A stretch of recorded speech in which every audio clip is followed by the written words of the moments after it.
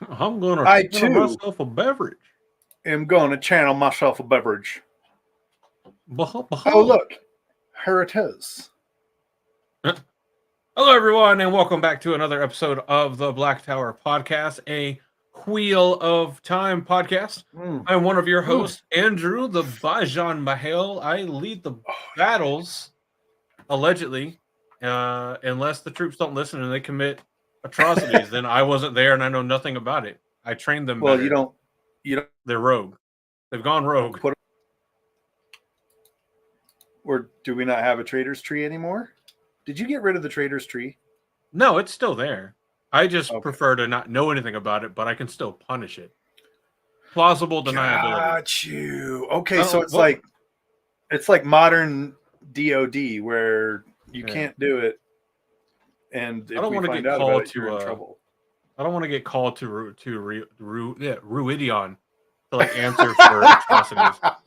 I'm pretty sure Ruidion would be like crimes the Wheel of Time against version of humanity. the Hague. Yeah, Ruidion would definitely be like the Wheel of Time version of the Hague. I love it. It's perfect. I am another one of your hosts. I am Josh. I am the Sorvan male. And after extensive studies in Sidene, we've come to find that lightning is really just electricity. It's just electricity. You can do the same thing by rubbing a couple pieces of wool together, or getting a Tesla coil. But I can do it better with Sidene. Yeah.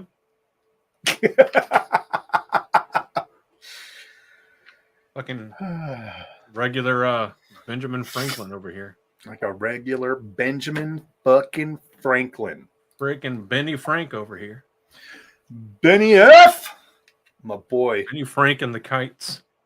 My boy Benny F. He always be out there flying kites.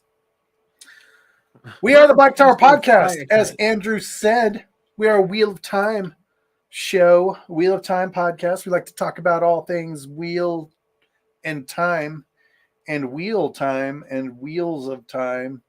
But there's not wheels of time. There's only one wheel of time. And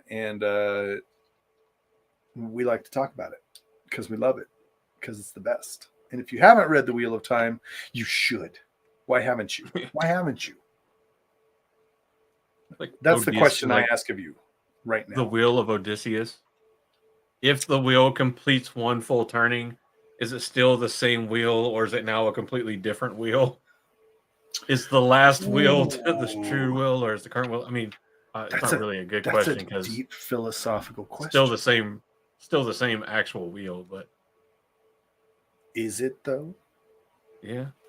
But if a thread makes its full circuit and gets pulled in and respun out, is it still the original thread, or is it the new thread, or are both threads the real thread? That's the age lace. Yeah, but it all gets spun back around because it's like a giant sphere. So do you have your one, not a straight linear? So do you have your one thread in the entire age lace that's like, you are one dude. You're one fucking guy for the whole thing. Yeah. But you can always be like spun out in different ways, different locations, different times. But still the same core thread. You know how every once in a while you come across a villain that you identify with, that you kind of agree with? Yeah. Like Ishamael, he's kind of making some sense right now. I kind of get it, yeah. Like, I gotta keep being this same fucking stupid ass guy. What the hell? Yeah.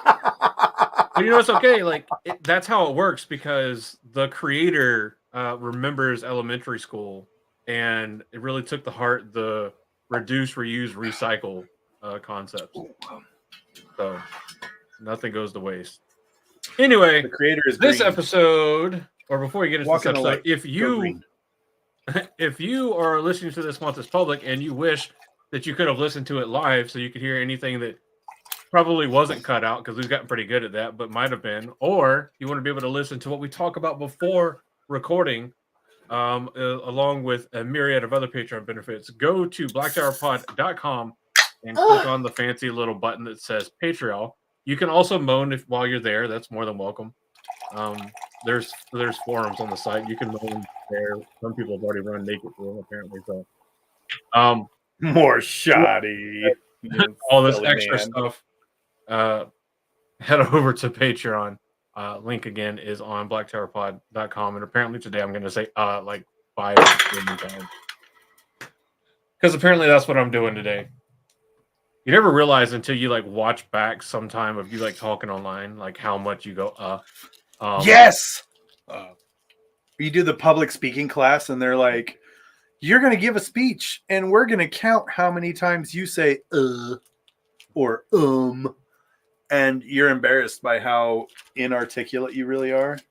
Or you just make it part of the charisma, like a charismatic aspect of your speech, and you just drag it out. Where we're gonna go into Libya, and we're gonna take out Gaddafi. He's not gonna do that anymore. They say that if you want to get results, you have to do actions. I like that. Anything can be tactical. You went a little more Shatner, and I was shooting for Obama. You know what? Both Which actually probably isn't the way I should like phrase that on the internet. Way to go, Andrew. You're going to get it canceled again. Secret Service has entered the chat. Like, I didn't even know those guys were patrons. That's pretty cool, but also, oh no. It's not what I meant. Thank you, FBI, for subscribing to the channel. Freaking NSA is a patron supporter. Like, yeah, we're monitoring you, but also we appreciate the stickers. I'm going to put that on the website. I'm going to put the FBI and the NSA. Get a cease and desist from the NSA. I'm saying we support you. We don't even know who you are. Yes, you do. Or I could be real subtle about it and like look up the current chairman and like put them on as patron. Anyway, for today's episode, we're going to talk kind of primarily about either really non-spoilery stuff from the books or from the first book or two, but mainly from the TV show. If we delve into anything that's going to be more spoilery, we will give you a warning at that time. And if we do that, we'll probably try to keep it closer to the end. That is the intent. That is the effort. So if you have not finished the books, you can listen to this one unless we goof. And at that point, sorry for Josh slipping. Sorry for me messing it up. But you know what? Here's what we're going to do. We're going to play it smooth. We're going to play it cool. And the person who got spoiled isn't even going to know that they got spoiled. Slow is smooth. Smooth is fast. That's right. That's right. Something Smooth like as that. fuck, boy. I'm smooth as fuck, boy. Me after I shave. POV. All right. So we're starting out with episode 1. What? Is that what I heard? No. So I have some pictures from season 1. I try to order them from when they kind of appear relatively. Saison. But here, we'll go with this one because I think this shows like one of the main characteristics of the differences between season 1 and season 2 channeling. Yeah, so we'll just start here with a nice top-down view of Moiraine Sedai channeling something. As we know in the TV show, she was fighting the Trollocs at Winter Night during this scene. In Amon's field. And during season 1, they didn't have the weaves split out into colors, which I know this topic has been talked about to death. Oh my lord. Yeah. And that's the main difference I'm trying to highlight with the separating like season 1 pictures from season 2. Right. That's one of the that's one of the changes in the TV series. Right. And I don't think it is. No, they changed from season 1 to season 2.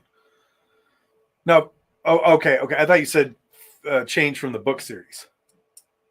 I mean, it is a change from the book series, but That's where I'm going with this. I don't think it really is. I think them because having just it's all there one in color book weaves. one. In book one, they don't cover the weaves. They go, it's Sidar. Here's Sidar. It's Sidene. Here's Sidene. They don't cover a breakdown of the weaves. They don't They ever. kind of do because Moraine I talks know. about the differences in strength of the different weaves of the power. Right. She tells Egwene what they are, but that's pretty much it. Like she never once breaks down that we're doing flows of earth and fire to beat the Trollocs back. Like she never once says that. The only time she mentions the breaking Sidar down is when she's giving Egwene those lessons right at the very beginning. So maybe directly, she somewhat indirectly does mention it whenever she creates the massive kind of earthquake and splitting Earth to try to delay the Trollocs chasing them. She is super exhausted after, and she's like, I'm not as strong in weaves of the Earth as some of my other sisters or as a male channeler would be.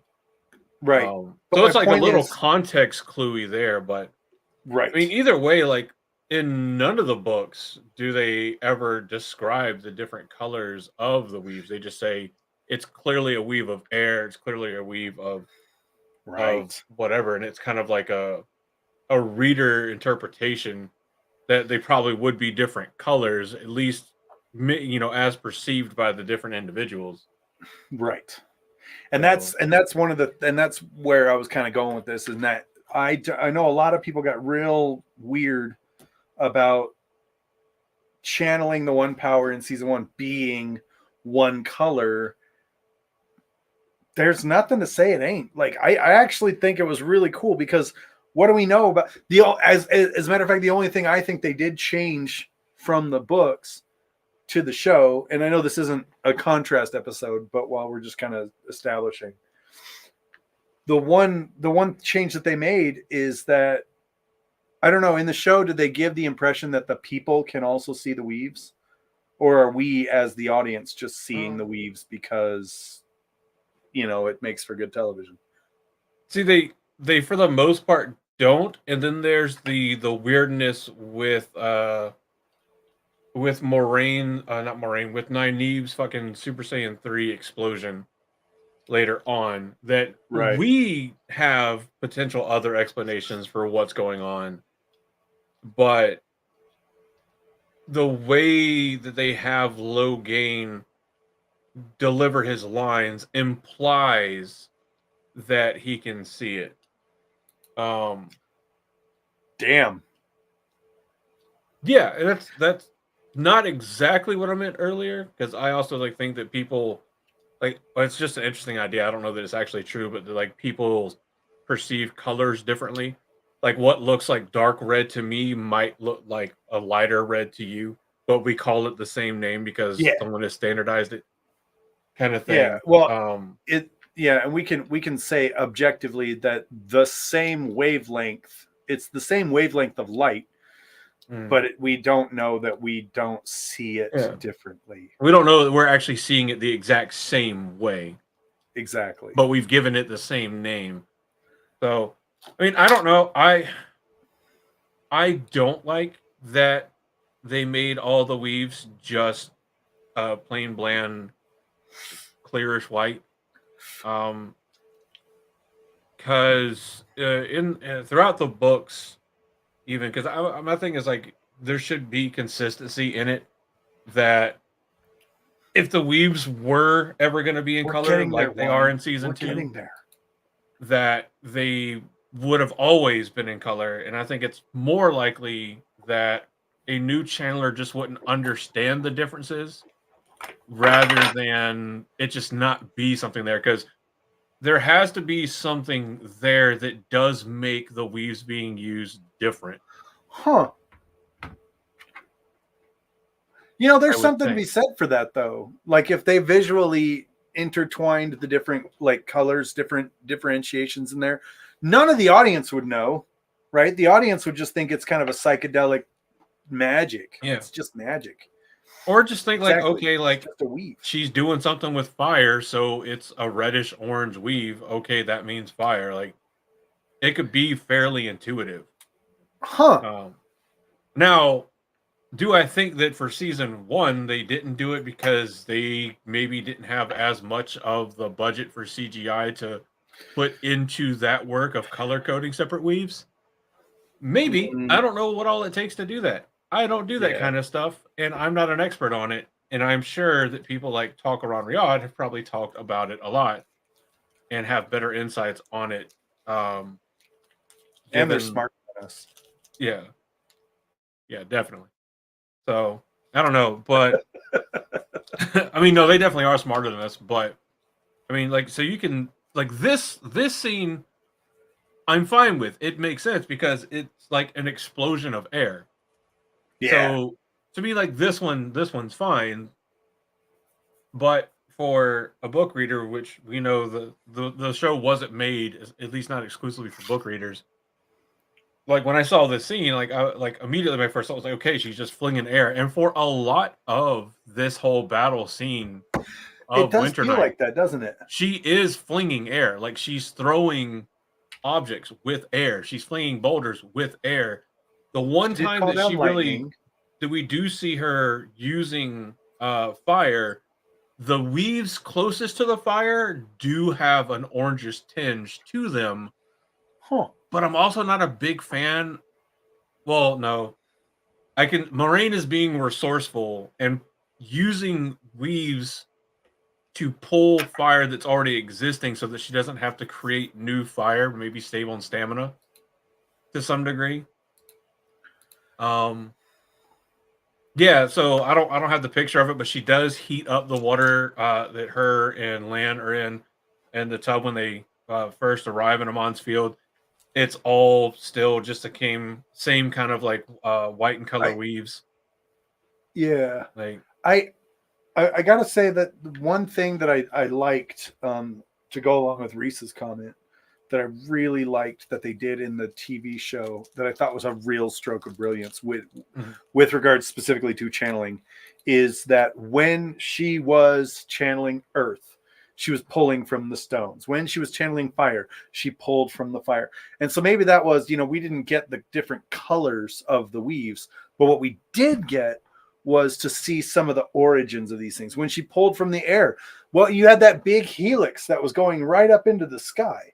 So maybe air is what was most abundant. And so that's why she used a lot of air. And like you were saying, is sort of a stamina save.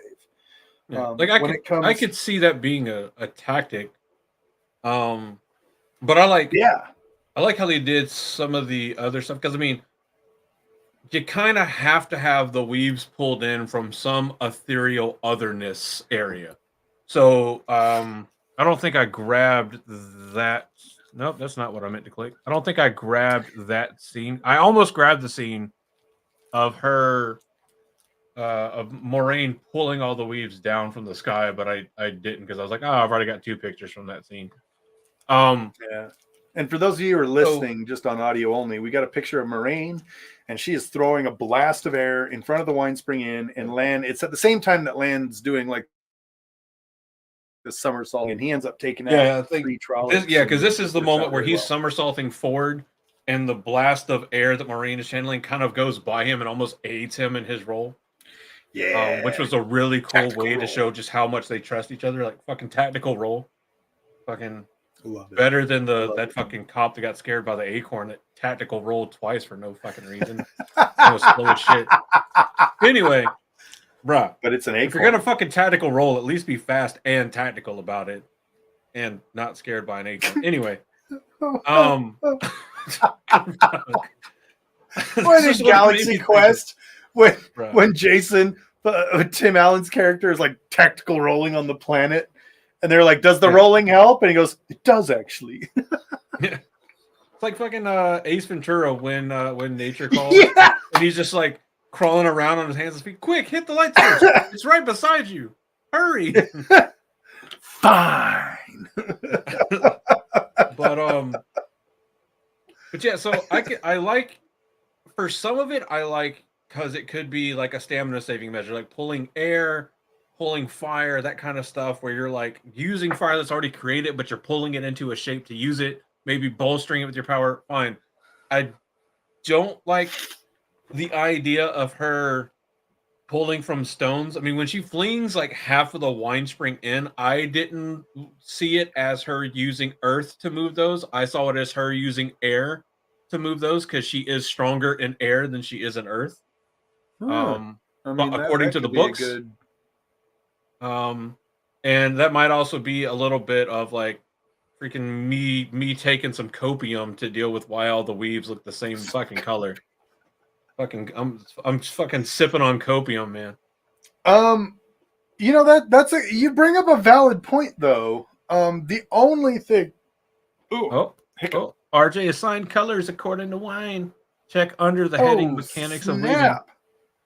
I see that the fact checker's not here, so Wine decided to do some fact checking. He's recovering from a convention that he went to from DreamHack down in Dallas. Yeah, he and Beth went to DreamHack in Dallas. I should go check out their TikToks. They're pretty Absolutely interesting. Really cool. It was a lot of fun. Is what it was.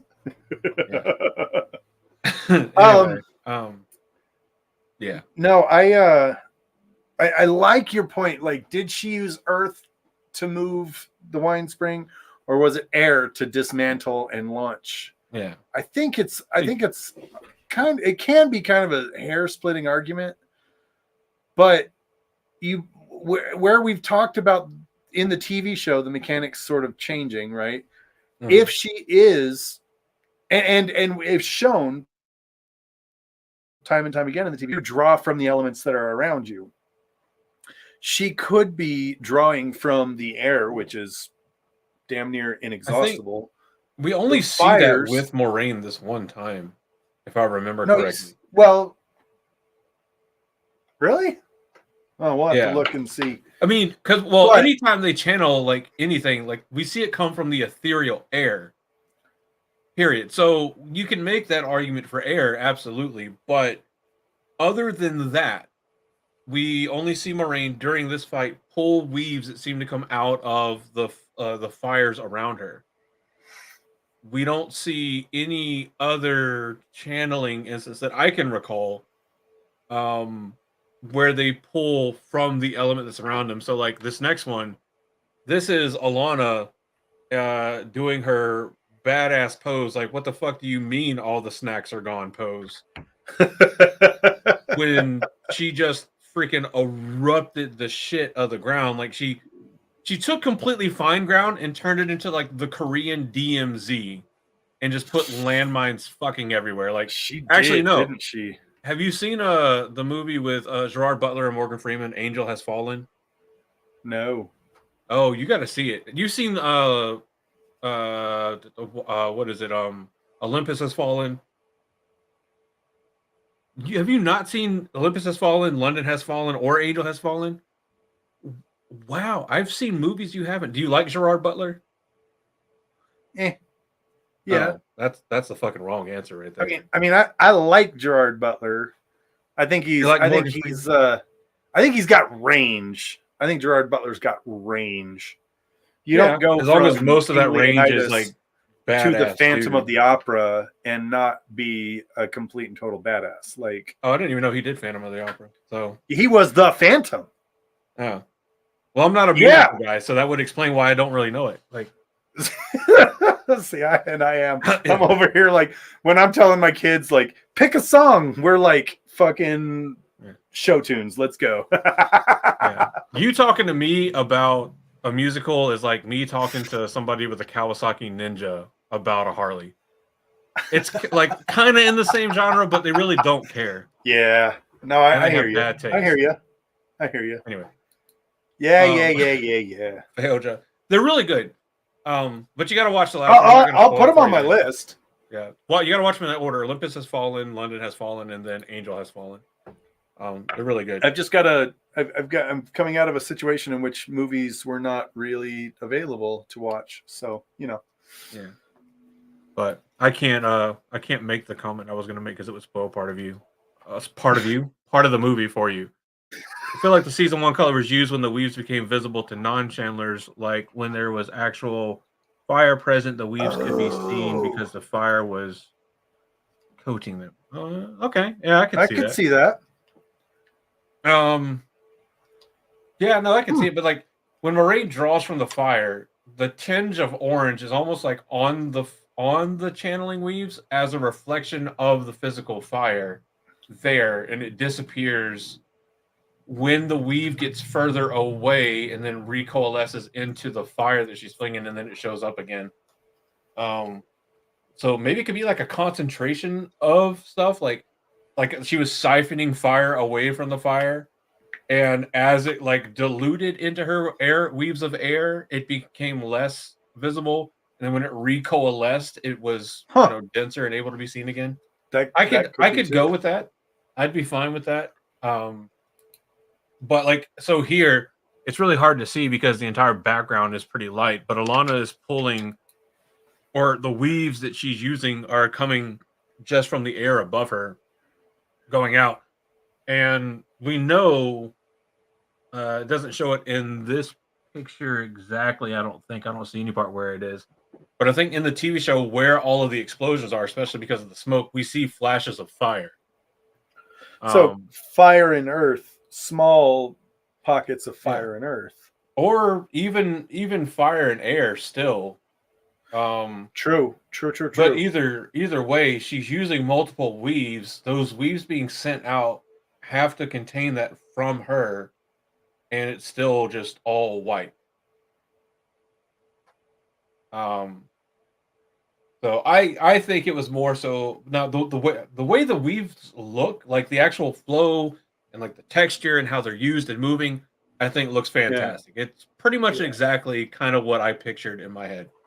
But I think that we missed out on the kind of color coded weaves in season 1, but I think it was more of like a time and budget constraint. Well, and going back to kind of Reese's point, she was talking about, you have, which was comment in the live here, you have Aes Sedai using the one power, and in season 1, it is largely used in the presence of people who cannot see the weaves, people who have no idea what they are. There are a few notable exceptions. Obviously, while they're in Tar Valon, any of the weaves that were used there, we should be able to see. The weaves that they used to gentle Logain, we should have been able to see. But I still like the idea that we're building on something here. We're building a world. We're introducing it to, but I going back to your point earlier, Andrew, I wonder if we missed an opportunity to have the different colors there and just have people accept it as colors rather than, the monochromatic, and then teaching them what those colors mean. That gives that a rewatchable quality. You know what I mean? Because then I learn what the colors are in season 2. Well, now I have to go back and watch season 1 because I want to see what those colors were doing. And that's the beauty of the books, is the books have that rereadability, because you go back and you reread and you go, holy, hiccup again. Holy crap. Like, what just happened? And it's really awesome. And speaking of which, sidetrack real quick, #WhatReread. If you're rereading with us, June is book 2, The Great Hunt. So if you want to talk about The Great Hunt with people who are reading The Great Hunt with you during the month of June, jump into our Discord, which there's a link below, and have a conversation with us. You can even jump in and talk about any of the books you want, because we've got channels for all the books, and it's a lot of fun. We enjoy it. Yeah. No, I think looking at it as a chance to build on the weaves is a great after the fact explanation to take with it. And it could have been partially their intent, or when they're looking at, okay, where can we save some bucks here so we can do this other thing that's, more maybe more important or more crucial, like showing the taint on Sidene, budgeting so that you have enough to do that versus, okay, you had to give up seeing all the different color weaves. I can understand all that, and that's all, fair and all, but again, I would have liked to see it. And I know Wine here is mentioning that air is supposed to be yellow. I always read it that air was the kind of white or clear one, and spirit was yellow. But Wine is also the one that was looking at RJ assigning the colors. So I could definitely well be wrong, but that's how I always envision it for me, with spirit being yellowish gold, which to me coincide with. There's a certain chapter in the books called Veins of Gold, and there's a lot of spirit involved in a thing that happens in that chapter to avoid spoiling. Yeah. And so that's kind of maybe where I keep that thought. But Wait. God. Freaking shots fired. Spent all their money on rent. I mean,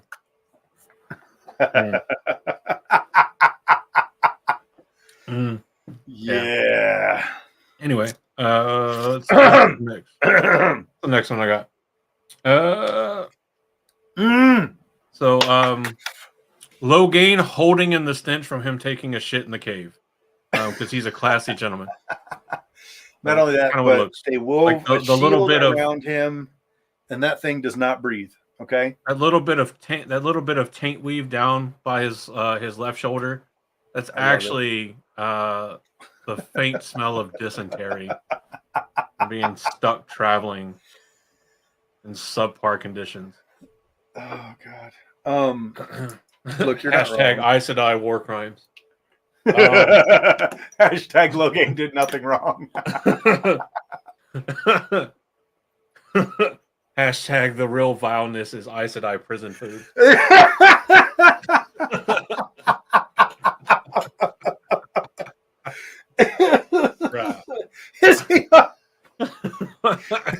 Is he on the Oregon Trail? Yes. Logain is definitely on the Oregon Trail.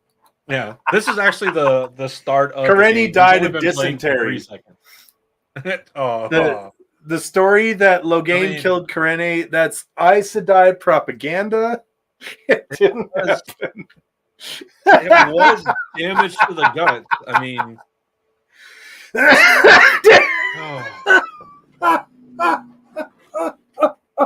who is Terry, and why is everyone dissing him?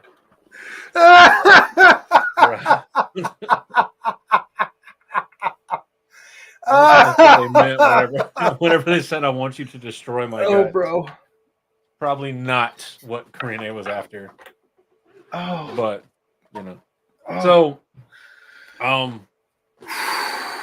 liked this because even in the books they describe shielding as like fashioning a web of the power, generally specifically I believe spirit, but they also use air to tie them physically together at the same time.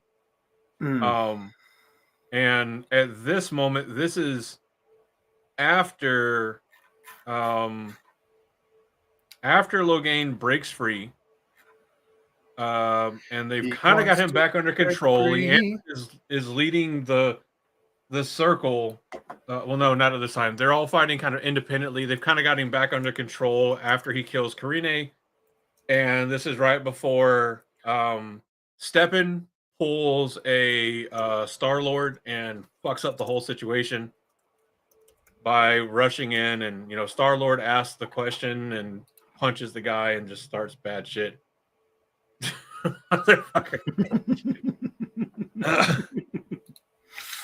That should be a GIF now, or one of those a YouTube short, almost like a Vine if Vine was still around. You know what? Just like this video clip of Logain struggling and that sound playing. TikTok. Yeah. If I were a smart man, I could clip scenes from the show and do that. But I'm not a smart man. I don't know how to do that stuff. You know what amazes me? Like, tangent real quick, because I am amazed at how talented some of these content creators are. Guys, there are things I straight up do not know how to do. And then I see them and they're all like, oh, here's a 30-second clip of our show on Instagram. I don't know how to do that. Like, I mean, I know how to do it. I can figure out how to do it, but it's going to take me 45 minutes to do it. I don't know, man. It's crazy. It's crazy. There's also one of those things that, like, as you get in the habit of doing stuff where you do it more frequently, we got to turn the contrast up. Yeah, so the saturation was fucked. You can see the weaves fine, but the saturation was dog shit. They forgot to do that one thing. They're gonna re-release season 1 remastered, and it's just gonna be somebody taking the original edits and turning the saturation up.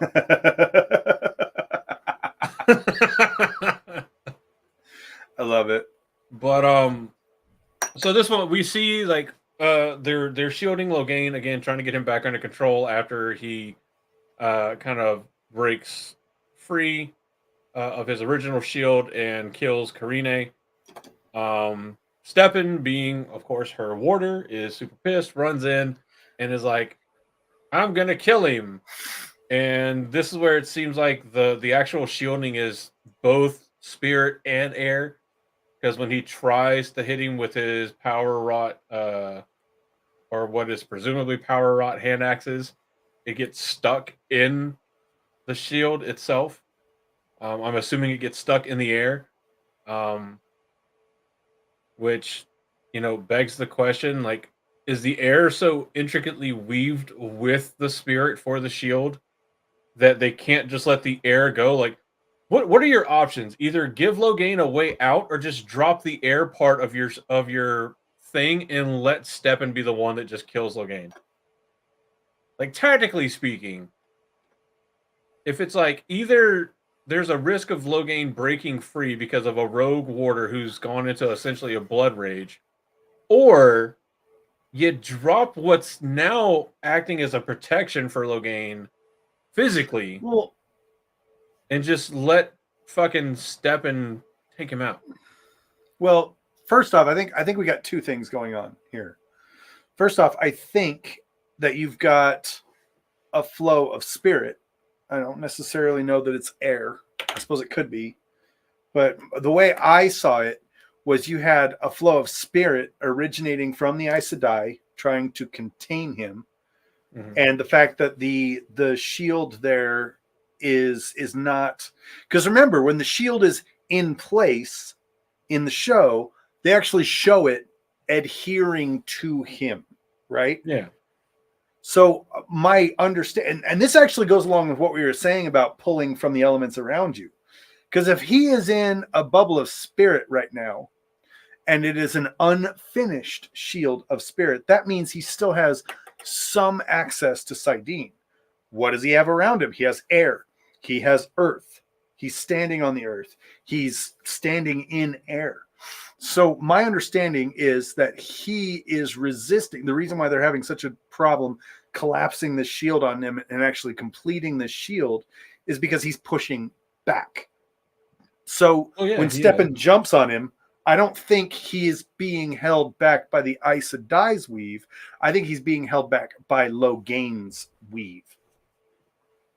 And I think that it's just timing, or it could be that when Steppen attacks the weaves, maybe, I don't know, that he interrupts the weave that the Aes Sedai are trying to place somehow, and that's what causes their weave to fail. And therefore, his shield, air shield, failed as well because it got stabbed. But now he can channel to his full strength again, and now he can just blast everybody with tainted air and tainted earth spikes.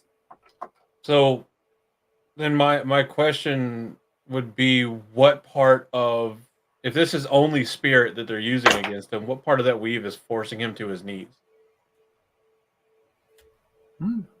Maybe. So that's why I think it's both. That it's both spirit and right. air. Could be. And they're trying to use the air to physically constrain him and using spirit to constrain his power. And it's taking a while because he is fighting back against it. That's why we see the taint around him. But and this is why I think Stefan's hand axes are power wrought, is because whenever he goes through, he punctures through the weaves of air and spirit, and his hand axes now link.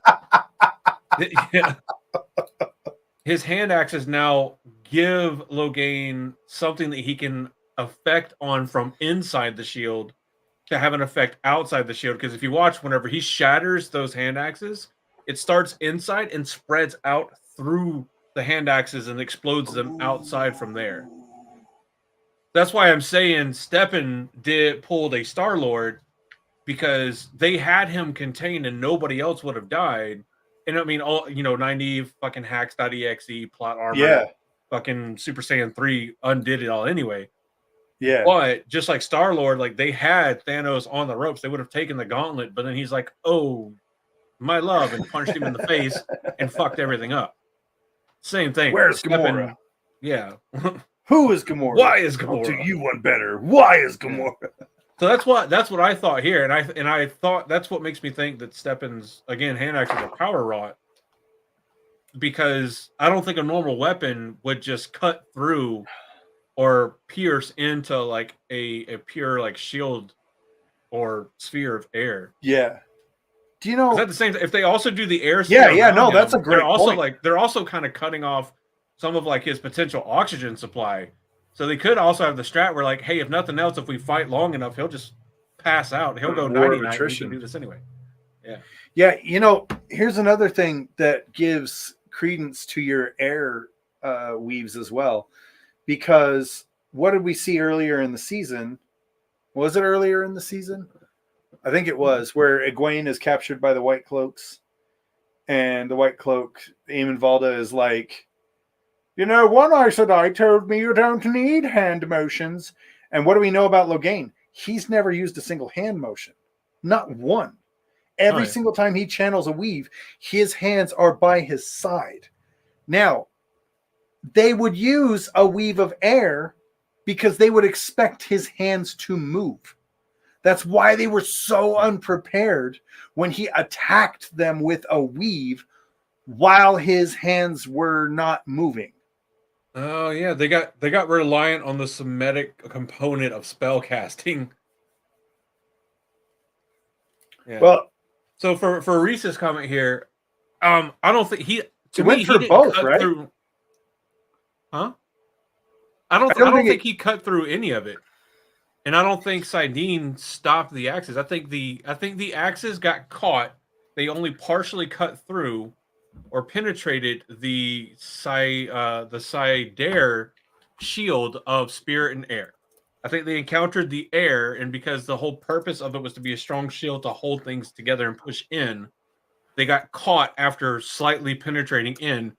Just like Kevlar will stop a bullet, and it may still penetrate part of it, but it gets stopped at a certain point of resistance into the Kevlar. And because there was now something that had pierced through the pseudo prison of Saidare weaves, he could now use his Saidin weaves to act on that object. And because the objects themselves created a conduit, he could push through the insides and penetrate through the insides of the hand axes so that he could create an explosion that left everybody on the ground gasping for air, leaking liquids. Everything stopped after slight penetration. I definitely didn't read that comment out the corner of my eye and just go full innuendo mode.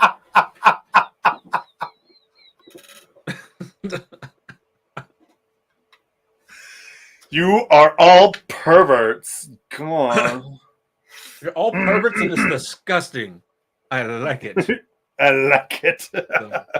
But that's my thought here. But going back to how channeling and stuff works, I like this here because when they talk about the shield being like kind of like a web that's overlaid on the person, almost like they talk about compulsion. Yeah. Like this is pretty much how I envision it. Now this looks a little more like compulsion-y to me, but maybe the compulsion is just going to be like smaller, like just the tip, just around the head. I don't know.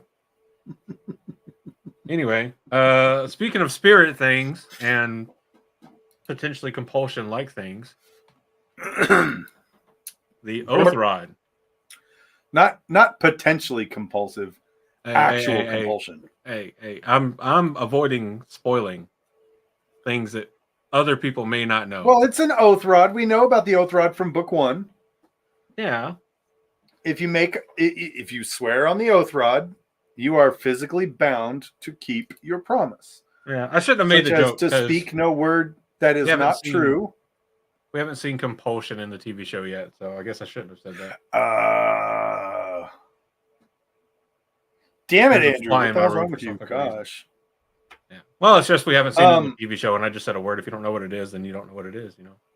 Wait, have we not seen it in the TV show? Compulsion, no. But not that we know is compulsion. Okay. But yeah, we left penetration and we're moving right on to rods. Yeah. Yeah. So this is, just a thin weave of we know from the books it's spirit. We all know TV show, it's not the size of the weave, it's how you use it. It's how you feel the grooves in the Oath Rod that matters. It's how you weave it.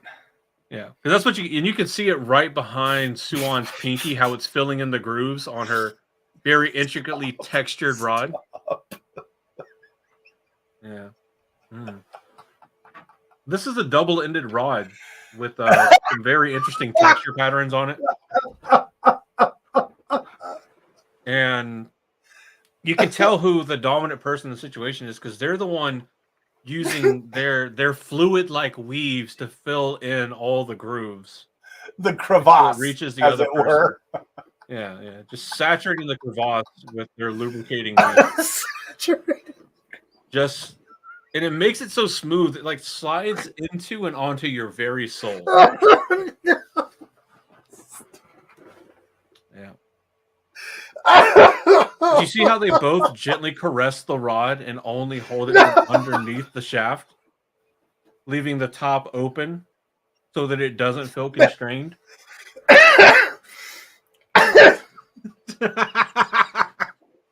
Fuck, dude, I need to breathe. The next fucking Amazon Bad Dragon collab, the Oath Rod from Wheel of Time. Oh God.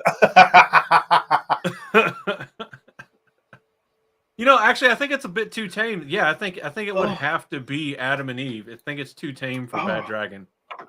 Bad Dragon is where you go and you buy the big wheel that Rand is locked up against in season 2.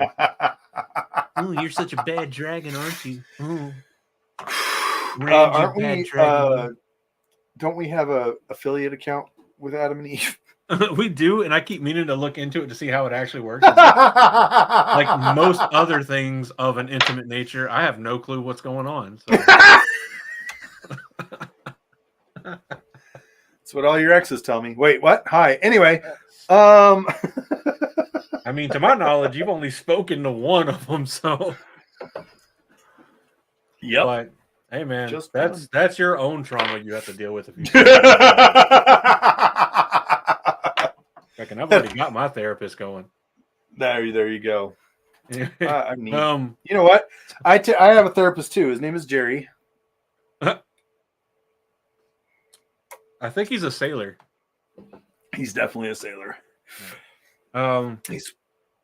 Anyway, sorry. There we go. You're fine. More weaves. This is probably one of my favorite weaves from season 1 because it's Moraine opening the Waygate, and it takes the kind of look of the trefoil leaf or trefoil leaf. Yeah. Which is just Irish for trefoil leaf. Let's get that straight. Trefoil leaf is just Irish for trefoil leaf. All right.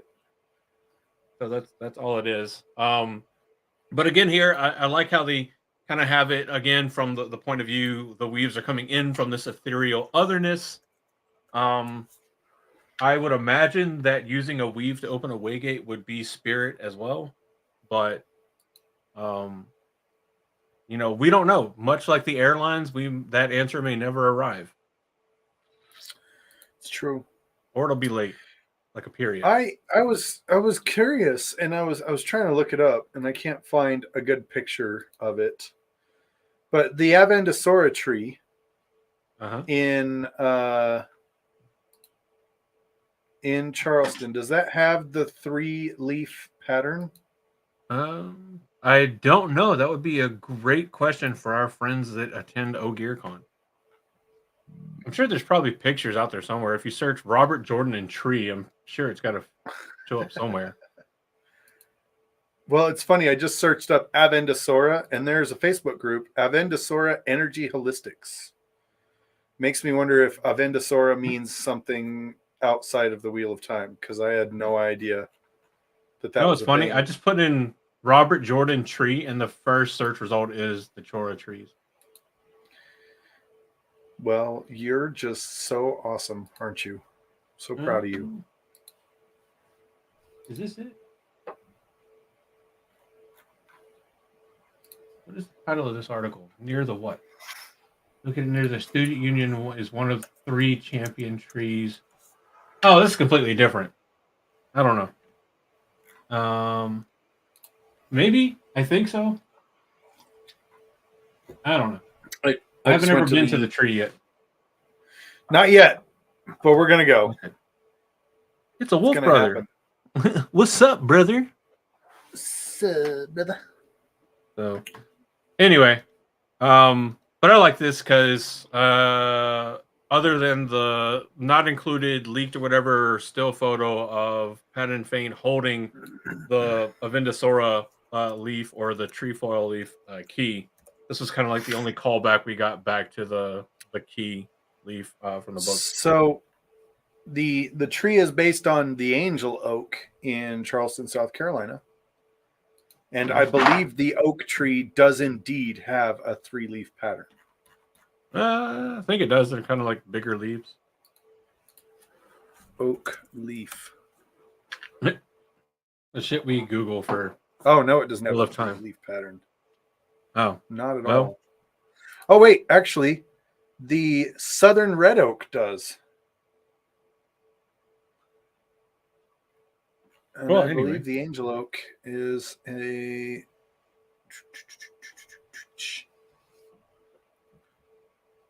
So here's the next picture because we're getting close to an hour here.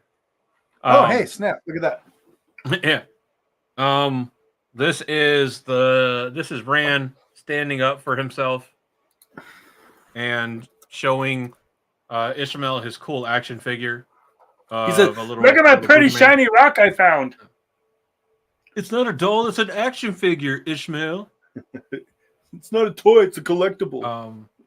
So you can see all the weaves kind of like just pulling in from the ethereal other. Now, what I found interesting, and this is different from the books, the weaves are coming through Rand into the Angreal, and then are used. Well, didn't Moraine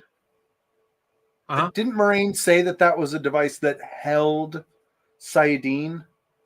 I'm pretty sure they turned that Angreal. It's a Tirangreal. It's a well of Sayidine. So they took the Eye of the World, which was a literal well of Sayidine that was untainted, and they made it portable, and gave it to Rand in this battle. Oh, I hate that idea, but possible. I also do, but I'm pretty sure that's what it was.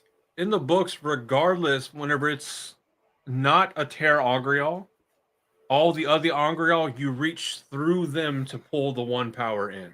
Yes. So for this one, not being a Tirangreal, it should have been him pulling through it, and then the power coming through it, filling it up, and then coming from it into him. However, be a little confusing to explain cinematically. So this one, I think I kind of get more readily than why the weaves aren't colored. But still, it's a change from the books. But it makes cinematic sense, I think. And this is just kind of the same event from above, where you can more easily see the taint on the weaves as well. Yeah. So, which I'm glad to I was see. just going to say, I like this shot better because you can see, because in the show, I'm pretty sure Moraine explains that this is the, it's men channeled into it to fill it with Sidene. Like, I'm pretty sure she explains that that's where it came from in that way. And so it makes sense to me to have weaves that are both tainted. Yeah. Has that eye been in your pocket all day? Jesus. The eye of the world in the palm of my hand. It's definitely possible. But so that's all. That's it for the pictures I have for season 1. So now we're gonna go on to season 2 real quick. This one is the scene where Ishii is channeling to free Lanfear from one of the Quindiar seals. Yeah. And this isn't the first time we see that the weaves are colored, but in the order of the pictures I grabbed, definitely not 5 minutes before this episode. This is like one of the first ones that I saw that happens that I really liked. And here, the weave takes on a mostly green, but there's also like a bit of like a golden kind ofness to the color. So Yeah. I wonder if that's kind of signaling that he's channeling spirit and earth to break the Quindiar seal. Yeah. That's hard because here that would Tired of having to search the blight for the eye of the world to get your untainted Sidene? Get your wallet size eye of the world at the stellar deal. Act now and get a second free. combination hookah and coffee maker. It will not break. It will not. It broke. It is the best, my friend. It is the best. Oh, I have never seen one of these intact before. This is the ancient Dead Sea Tupperware eye of the world. Oh, sure. Leave me mid impression. Cool. Oh, look. I there's got to be something with this scene, and obviously they've changed the rules in the show because, as we know, as early as book 1, you can't hurt Quindiar with the one power. Period. End of story. The more you channel into it, the more it strengthens it, and you can't hurt it. And we do have confirmation in season 2 that the seals are made of Quindiar because of Bail Dolman bringing a chunk of it to Moraine. And there was this really clunky scene where they negotiated prices over. Yeah. Anyway. Well, you may not know it watching it, but we have confirmation of that in season 1. Because when Rand does his whole the power of the my hand and shattered Ishmael's seal in the Hall of Servants, which is where they are in the TV show. Just threw me off. Threw me completely off. Thinking about Moraine's glutes? Yeah, I mean, that'll do it. I mean, it happens to us all. You see Moraine Sedai. I see Miranda Frost.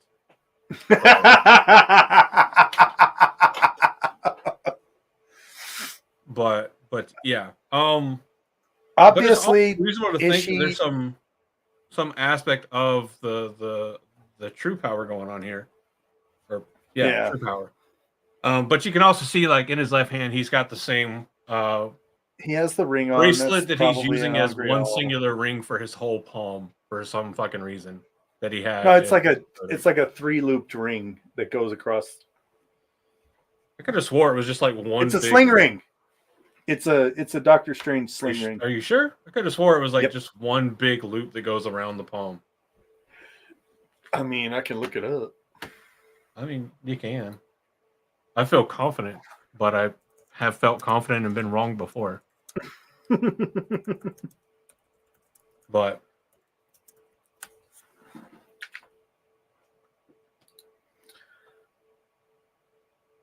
course, nobody's going to show it.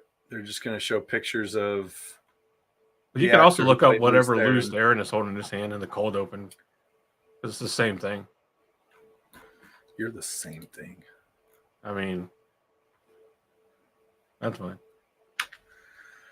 Anyway, unimportant to the point. The point is, what you think in the comment section down below as we move on. Now Ishii is wearing it. I think they each just had one. I think this was like a commonplace thing that the. You think that like at least the Hall of Servants probably had. I mean, you think like these are all like Loose Theron's friends. Like they were like, oh, we're all getting together along. We're famously friends. I'm gonna share this powerful tool with my friends. Let's get matching rings. These are just all friendship rings. It's the power of friendship. It's doing this here. It has nothing to do with Angreal. So I did find a picture, and it's a ring that goes around the index finger, and then an oval that goes around 3 fingers. Huh. I didn't know about the part going over one thing. Yeah, it's a circular. It's a ring that. Here, let me see if I can load this. This is from Dragon Mount. I'm gonna pull it up. I'm gonna see if I can drop it in really quick. You can. So y'all can see it. Drop it in for me, baby. You know what? The Dragon's Fang, sir. I don't want to hear that again. So if we pull this up real quick, and I'm just using an overlay, you'll hear. But if we pull this up really quick, oh yeah, cool. You can see. So, and for those of you just listening on, you can see that there's it's a ring around the index finger, and then instead of the ring loops all the way around one finger, there's an oval that goes around 3 fingers. Oh yeah, it does loop all the way back around to the main part of the ring. Mm-hmm. Oh, okay. So that's an interesting. I'm glad that arrow was there. I wouldn't have known what we were looking at in the picture. I thought we were looking at Egwene's blurry face. We gotta love Dragon Mount for their ability to be thorough. Yeah. By the way, thank you, Dragon Mount, for that image. Yeah, thank you. All good. Go follow Dragon Mount. They're awesome. It's like a bifoil ring because there's only like 2 loops. I'm into it. Anyway, I like it. Next picture. Next one. So this one is ran inadvertently or maybe unintentionally channeling fire, which I do love that it's like weaves of fire and there's already embers like flying off of the weaves. And this is what I had in mind when I was thinking about like they pull weaves from the elements. There, like this was coming straight from the ceiling after he started the fire. He wasn't pulling the weaves of fire from existing fire. Which for my own theory that I've argued for several times and never been successful about onto how weaving actually works. I like the idea that they have to pull it from existing elements. However, I don't think that's what they're actually doing. Apparently I triggered my phone to start paying attention for some reason. But so here we see weaves of fire. The next one here, we see one of the Damane channeling, which the way their weaves like look is super interesting because no matter what they're channeling for the most part, their weaves initially always look like this weird energy bowed out around their forearms to a degree. Yes. And in this one, we can see fire, but we can also, I think there's some air involved.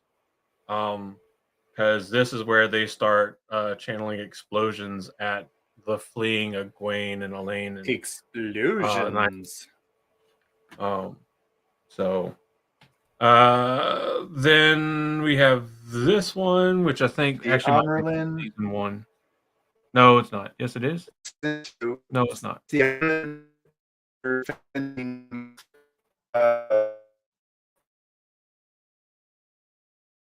believe they're defending.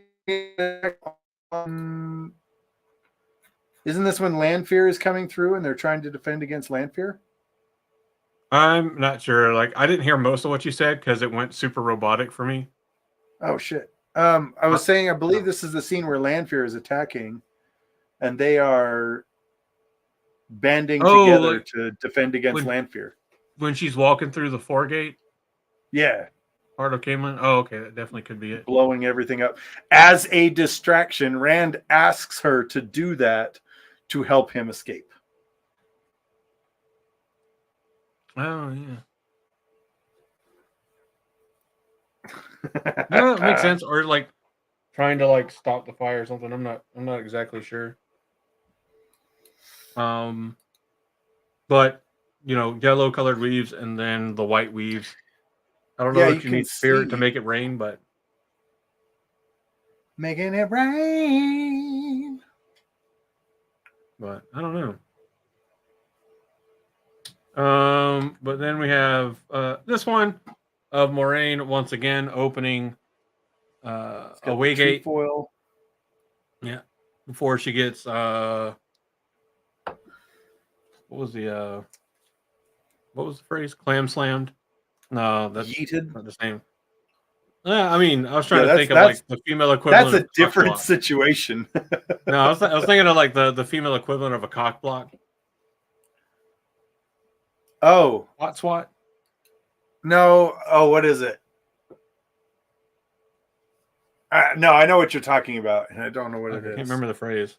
But the same thing by her lover. Clam dam? Blocked and betrayed. A clam dam? It's clam dam? Two geeks coming in right at the right moment.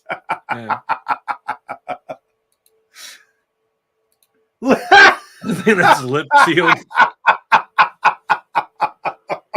Is that what those old propaganda posters really meant? Uncle Sam says loose lips sink ships. Like before Lanfear comes out and destroys Moraine's concentration. Oh yeah. Yeah, because she does come out right after she No. Suwon shows up first. Oh, that's right. Suwon's the one that's like Swan? it. And Moraine's like, no, if you have even one shred of love for me, and Suwon's like, yes. I order you, Moraine Sedai. Showing once again why the Oath Rods are horrendous items to use for the Aes Sedai. Yes, they are. They're not good. They're not good. Continue to say how bad the Shanshan are, but not giving the same credence to how bad the Aes Sedai things are. Brief spoiler, small, teeny tiny spoiler for the books. So this is your chance to tune out. I can't remember what book it is in. Good Lord. Okay, words. But I love there's a scene where the Forsaken are laughing at the modern Aes Sedai because they used the Oath Rod, which was something they used in the Aging Legends called a binding rod, which is something they used on criminals. Oh yeah. This is actually the last picture I grabbed from season 2, which is good because about that time. There's so many good images though from the show. One thing I will give props to the show for every time is they created some stunning visuals. I mean, love the show, hate the show, or somewhere in between. I think everybody can agree they created some stunning visuals, and one of those was the use of the channeling effects.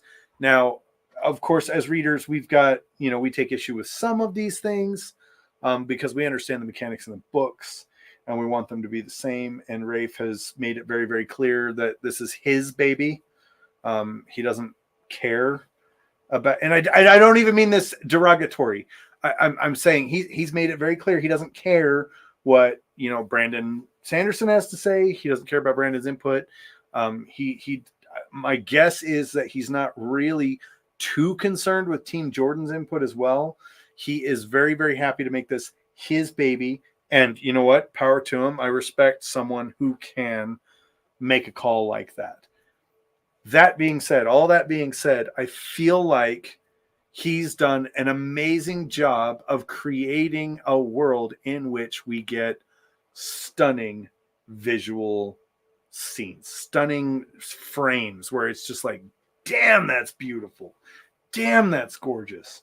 It looks so good. Now, what's going on in the image doesn't make sense, but it looks cool. Yeah. I don't know. There's only 2 real things that they changed from how it works in the book as far as channeling goes that I don't like. I don't like the rule changes they did with linking and the safeties with that, because in the books, if you are linked, it is impossible for female channelers to burn themselves out or to be burned out by being pulled through the link.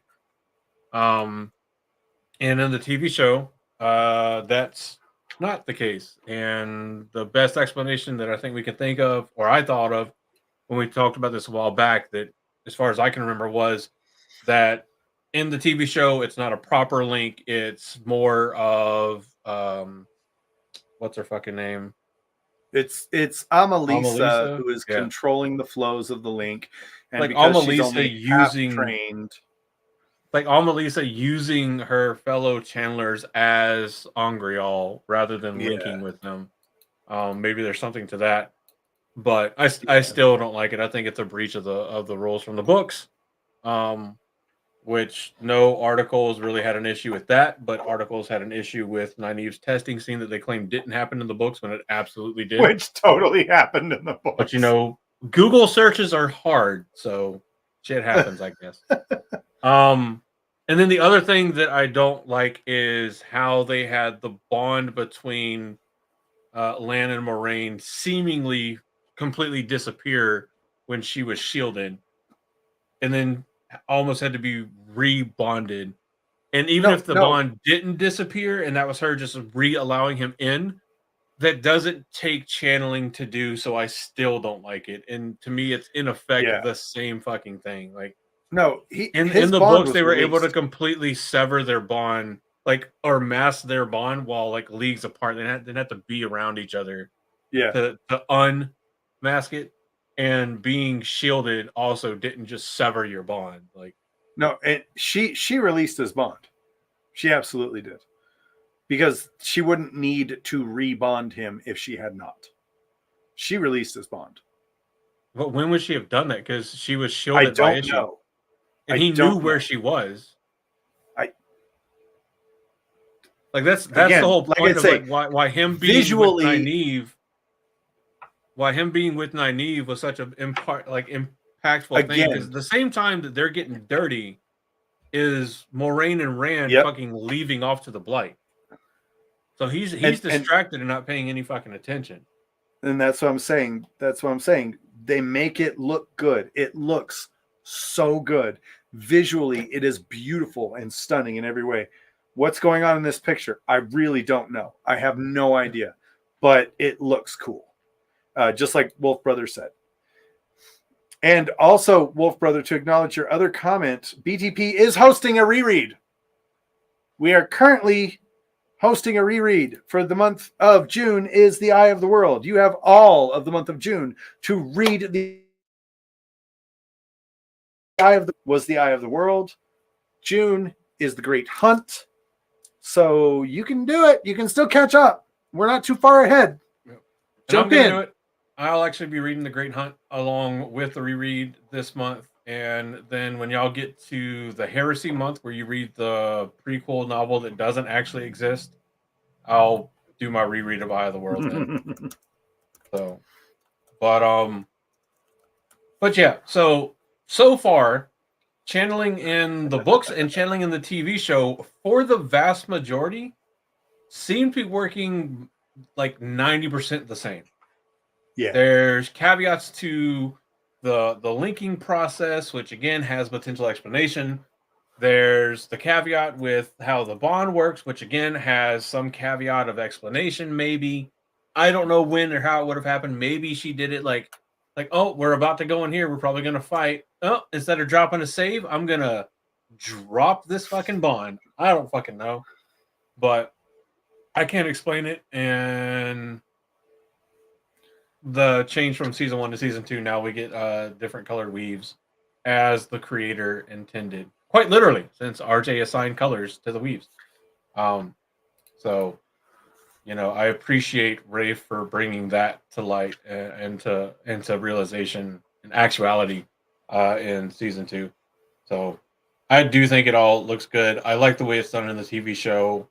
It definitely looks, if not exactly like, most like how I envisioned. And I say that because I don't know or now exactly how I envision, and I kind of read it like this. Y'all, the chat is going off. If you want to be a part of the live chat, jump into our Patreon. You can be a patron for as little as $1 a month. And guys, it's worth it. It's y'all out here worrying about shagging so hard the condom breaks. Lane out here shagging so hard he breaks the bond. Breaks the bond. You ever broke someone's back and your bond at the same time?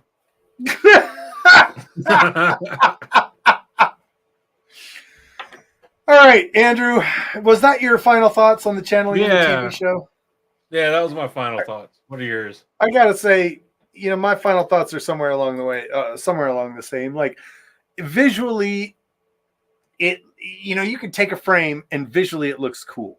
It looks cool. It's so awesome. Story wise, rule wise, one of my biggest pet peeves in storytelling is when some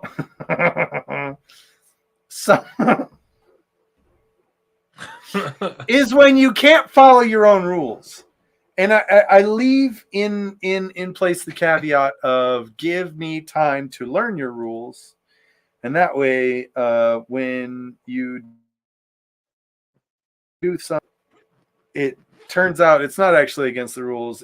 I just thought it was against the rules. Well, you know what, Josh? You know the rules, and so do I.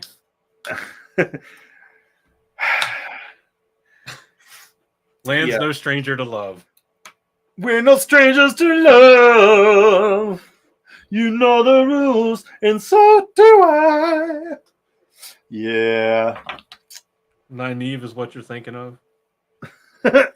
She wouldn't want this from any other guy.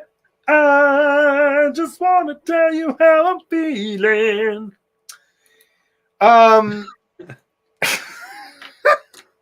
Look.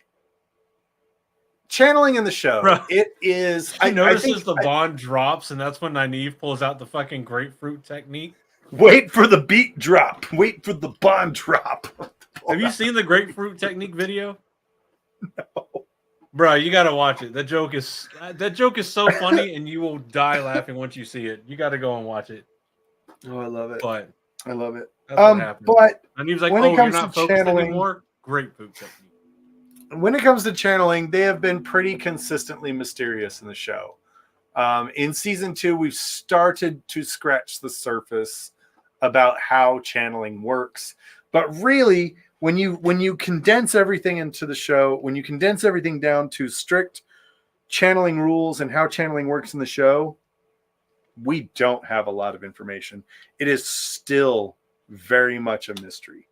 So I'm willing to give them time to teach me what their rules are. We know it has been confirmed by RJ2 that they've changed the mechanics of the One Power for the show. And I am willing for them to teach me. Teach me your ways, RJ2. I'm happy for that. Other than that, though, thanks everybody for listening. Thanks everybody for tuning in. R2J2, that's right.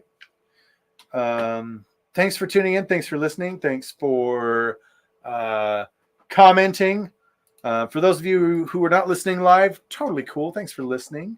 And thanks for leaving a like and for hitting that subscribe button just to make your lives a little bit more tainty than it already is. Because we know that's what you want. We know you want the taint. You're here for the taint, and we bring the taint. Speaking of bringing the taint, if you're not coming to WattCon, you best come to WattCon. Okay? If you can't make it in person, cool. That's fine.